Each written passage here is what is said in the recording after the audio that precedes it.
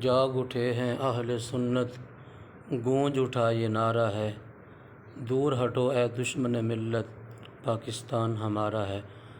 الحمدللہ ثم الحمدللہ۔ حسب روٹین جس طرح کہ 14 اگست کے دن پورے ملک پاکستان میں جو آزادی کا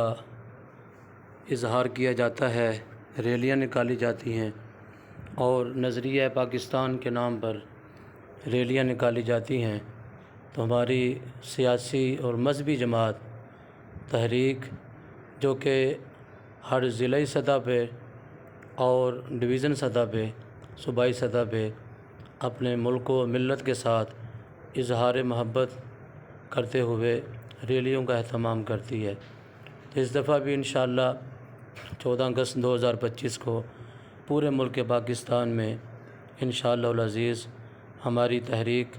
سیاسی و مذہبی جماعت کے زیر اہتمام تمام غیور مسلمان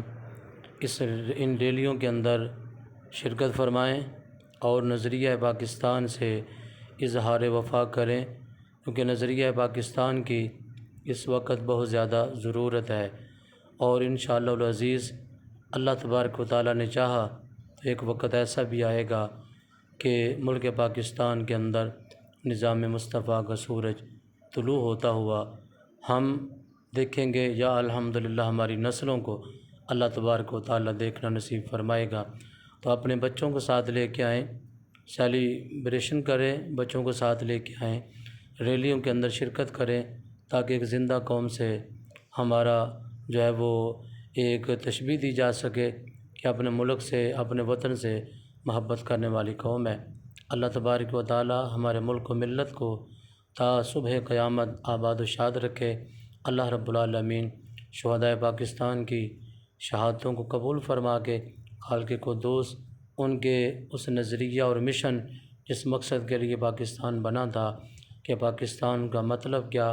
لا الہ الا اللہ، اس میں دستور ریاست کیا ہوگا، آواز آتی تھی محمد رسول اللہ، یعنی کہ نبی علیہ الصلوۃ والسلام کا نظام ہوگا، حضور کا قانون ہوگا۔ اللہ تبارک و تعالی جلد از جلد اس ملک پاکستان کو اسلام کا مضبوط قلعہ بنائے، اور اللہ رب العالمین حضرت عمر فاروق رضی اللہ تعالیٰ عنہ آپ کے غلاموں کو حق حکمرانی عطا فرمائے۔ تاجدار ختم نبوت زندہ باد، زندہ باد۔